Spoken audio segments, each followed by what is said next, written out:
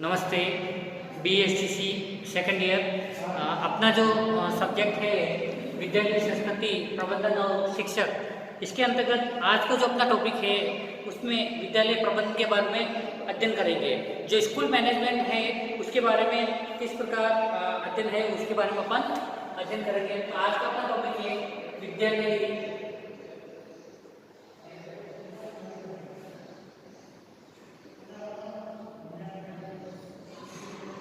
है ना, विद्यालय प्रबंधन के बारे में अपन अध्ययन करेंगे। इसके अंतर्गत जो बताया गया है, जैसा कि इसमें साधारण भाषा तथा जो बोलचाल के अर्थ में विद्यालय प्रबंधन और विद्यालय प्रशासन, इन दोनों शब्दों में कोई अंतर नहीं माना जाता है। और इसके अंतर्गत जो विद्यालय की जो व्यवस्था क्या है कि विद्यालय की व्यवस्था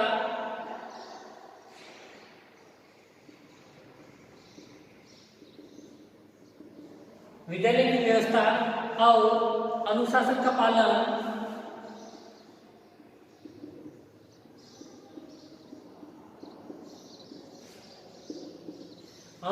पालन और इसमें शिक्षा विभाग के पत्रों का उत्तर देना, समय चक्र का निर्माण,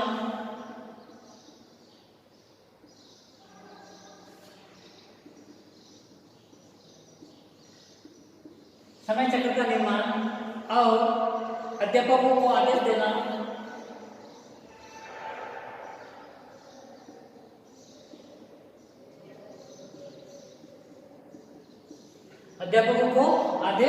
देना, शिक्षा विभाग के पत्रों का उत्तर देना,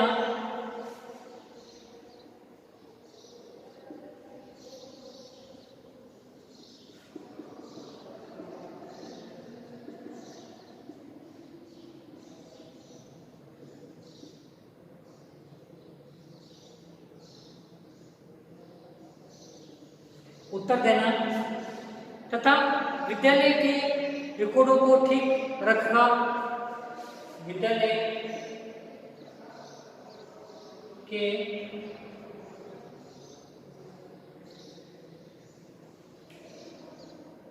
रिकॉर्ड की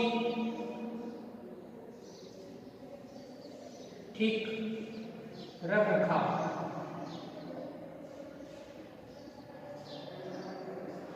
है ना। ठीक है। इसके अंतर्गत जो विद्यालय जो प्रबंधन है, जो स्कूल मैनेजमेंट, इसके अंतर्गत जो बताया गया है, विद्यालय की जो व्यवस्था होती है, अनुशासन का पालन करना है, समय चक्र का निर्माण करना है और अध्यापकों को आदेश देना है और शिक्षा विभाग के पत्रों का उत्तर देना है और विद्यालय के रिकॉर्डों की ठीक रख रखाव। तो ये एक स्कूल मैनेजमेंट के अंतर्गत सभी जो क्रियाओं का संबंध विद्यालय प्रबंधन तथा विद्यालय प्रशासन से माना जाता है और दोनों में अंतर है। जैसा कि प्रशासन एक क्रिया है, क्या है, प्रशासन एक क्रिया है।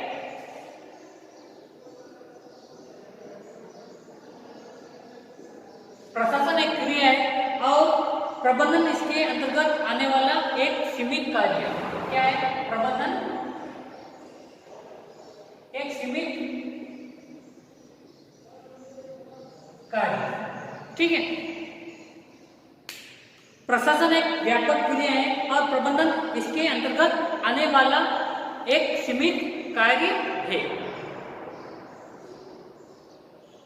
इसी के अंतर्गत जैसा कि आपको बताया है कि प्रशासन को समझ लेना चाहिए कि उसका कार्य फाइलों को निपटारा करने या शिक्षण विधियों को पालन करने तथा मानवीय संबंधों को स्वस्थ बनाने तथा ही सीमित नहीं है और उसको शैक्षिक विचारधाराओं को कार्य रूप में परिणत करना है और उसका कार्य शैक्षिक क्रिया और जो शैक्षिक सिद्धांतों के बीच घनिष्ठ संबंध स्थापित करना है।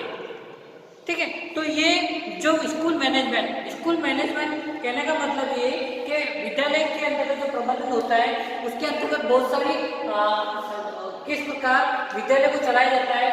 एक विद्यालय चलाने के लिए हम किस प्रकार उसकी विद्यालय के अंतर्गत किस प्रकार की व्यवस्था होनी चाहिए, व्यवस्था के अंतर्गत सारे जो टीचर अवेलेबल है, ये बिल्डिंग किस प्रकार होनी चाहिए, उसके अंतर्गत खेल कूद की जो व्यवस्था है या फिर बहुत सारी ऐसी व्यवस्था होती है जो विद्यालय के अंतर्गत होनी चाहिए।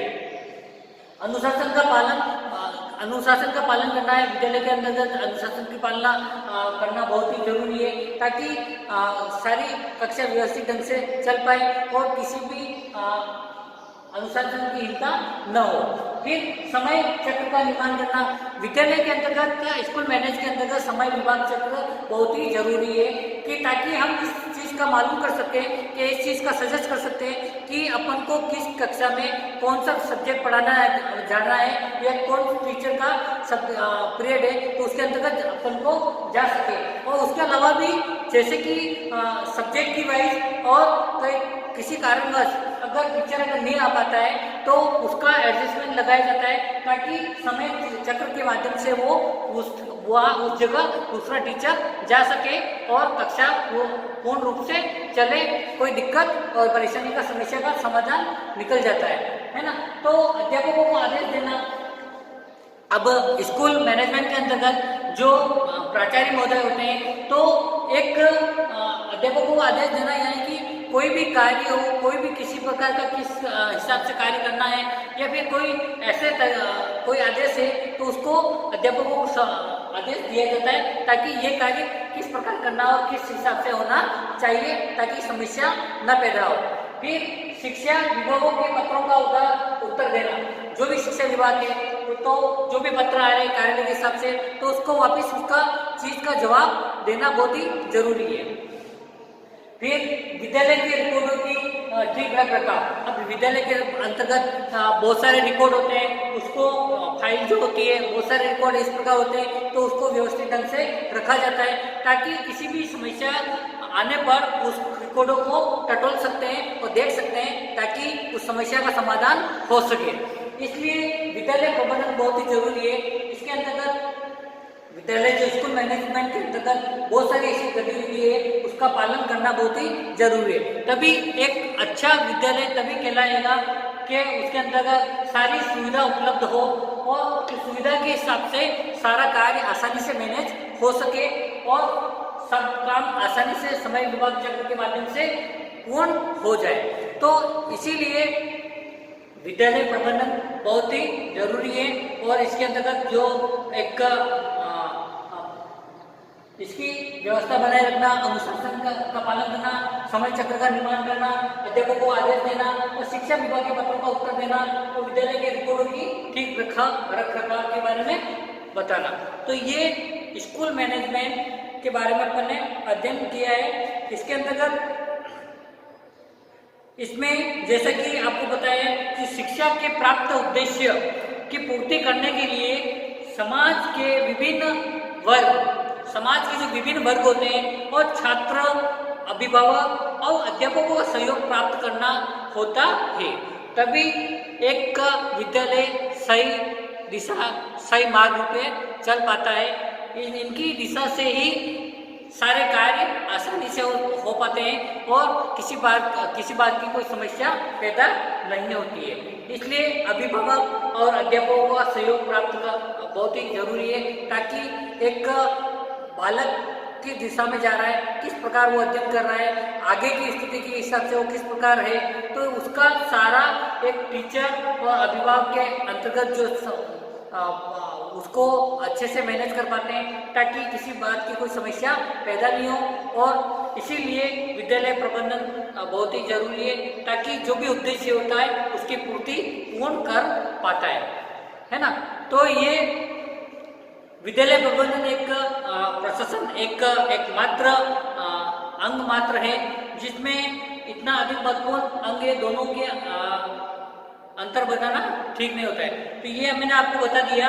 फिर इसी के अंतर्गत जो समुचित भौतिक तथा जो मानवीय साधनों की समुचित व्यवस्था, लक्ष्य की प्राप्ति के लिए नियोजन, व्यवस्थापन, कार्यान्वयन और समायोजन, निरंतर मूल्यांकन और सुधार की जो नियोजित व्यवस्था होती है, ये सारी चीज स्कूल मैनेजमेंट विद्यालय प्रबंधन के अंतर्गत होती है।